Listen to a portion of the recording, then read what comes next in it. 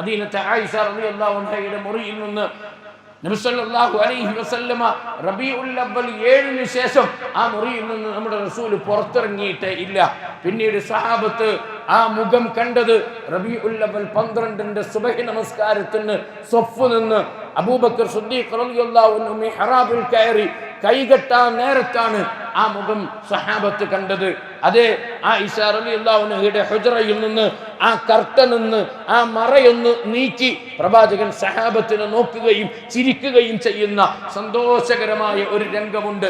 സഹാബത്ത് പറയുന്നു, അന്ന് ഞങ്ങൾ സന്തോഷിച്ചതിനേക്കാൾ മറ്റൊരു ദിവസവും ഞങ്ങൾ സന്തോഷിച്ചിട്ടില്ല. റസൂലുള്ളാഹിന്റെ തിളങ്ങുന്ന ആ മുഖം ഞങ്ങൾ കണ്ടു.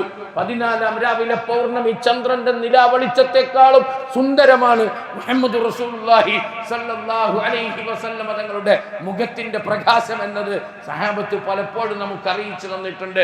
അവർ വിചാരിച്ചു ഇമാമത്ത് നിൽക്കാൻ മിഹ്റാബിലേക്ക് റസൂൽ വരും എന്ന്. അവർക്ക് ആർക്കും അറിയില്ലല്ലോ ഇതൊരു മരണത്തിന്റെ നേരവും ഇതൊരു അവസാനത്തെ നിമിഷവുമാണ് എന്ന് സഹാബത്തിന് ആർക്കും അറിയില്ല. റസൂലുള്ളാഹിന്റെ ദേഹത്ത് ഒരു മുള്ളു തുറക്കുന്നത് പോലും ഇഷ്ടപ്പെടാത്തവരാണ് സഹാബത്ത്. തങ്ങളുടെ ജീവൻ നഷ്ടപ്പെട്ടാലും തങ്ങളുടെ പ്രിയപ്പെട്ട പ്രവാചകൻ ഒന്നും സംഭവിക്കരുത് എന്ന് ആശിക്കുന്നവരും ആഗ്രഹിക്കുന്നവരുമാണ് സഹാബത്ത്. അതിനവർ പലപ്പോഴും റെഡിയായിട്ടുണ്ട്. എന്തും പണയം വെക്കാം, എന്തും പകരം വെക്കാം, ഞങ്ങളുടെ റസൂലിനെ ഞങ്ങൾക്ക് കിട്ടണം എന്ന അർത്ഥത്തിലാണ് അവർ സംസാരിച്ചിട്ടുള്ളതും അവർ ജീവിച്ച് കാണിച്ചു തന്നിട്ടുള്ളതും.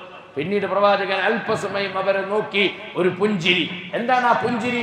അതെ, ഒരു കാലത്ത് നിസ്സാരമായ പ്രശ്നത്തിന്റെ പേരിൽ തമ്മിൽ തല്ലിയവർ, ഒരു നിലക്കും യോജിപ്പും ഐക്യവുമില്ലാത്തവർ, ഇന്നിതാ ഞാൻ 23 കൊല്ലം കൊണ്ട് വളർത്തിയെടുത്തപ്പോ ഖുർആനും സുന്നത്തും അവരെ പഠിപ്പിച്ചപ്പോ ഒരു ഇമാമിന്റെ പിന്നിൽ നെഞ്ചോട് കാലോട് കാലും തോളോട് തോളും ചേർത്ത് വെച്ച് ഇത്ര ഐക്യത്തിൽ നിൽക്കാൻ എന്റെ ഉമ്മത്ത് പഠിച്ചിരിക്കുന്നു, എന്റെ അനുയായികൾ പഠിച്ചിരിക്കുന്നു.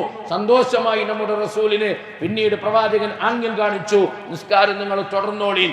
ആ കർട്ടൻ നബി സല്ലല്ലാഹു അലൈഹി വസല്ലമ താഴ്ത്തുകയും ചെയ്തു. നമസ്കാരം അബൂബക്കർ സിദ്ദീഖ് റളിയല്ലാഹു അൻഹു പൂർത്തിയാക്കി.